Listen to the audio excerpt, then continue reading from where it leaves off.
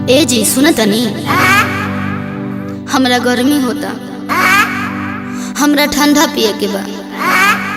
अब नाती राती के कुछ मंगी हो हम कह देब।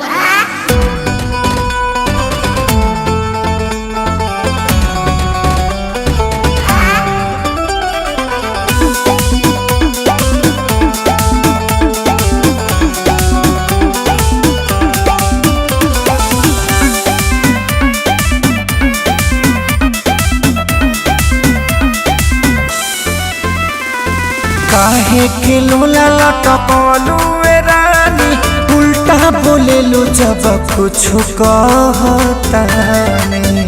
अरे बोला ना ए हो, काहे के लोला लटकलू ए रानी, उल्टा बोलेलू जब कुछ कहता नहीं।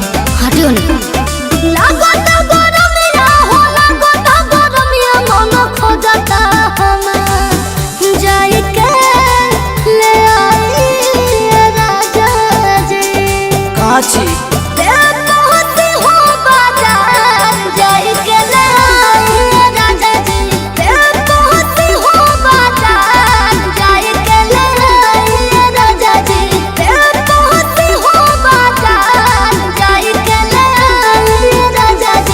मकई के बाल से बर्फ किन ले।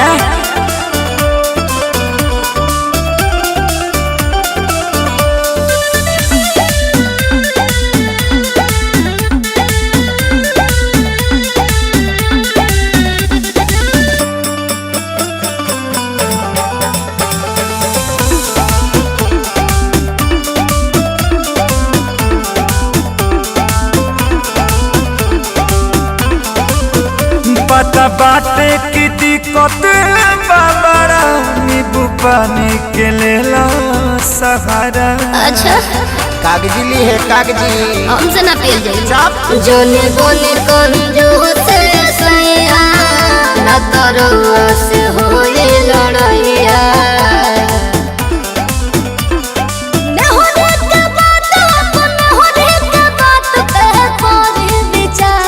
हना जाई के ले आई राजा जी, रहे दे हो बाजार। जाई के ले आई राजा जी, हो बाजार। जाई के ले आई राजा जी, हो बाजार। जाई के ले आई राजा जी।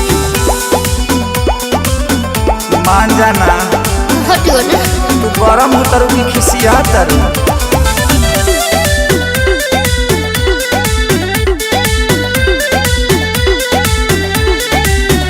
जीत कहना नहीं में गरारू, कहे बतिया न तू बुझतारू।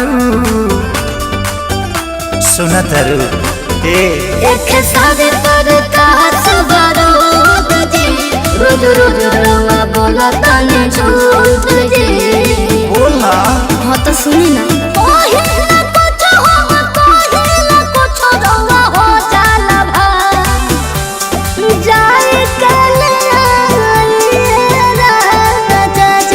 दिक्कत बा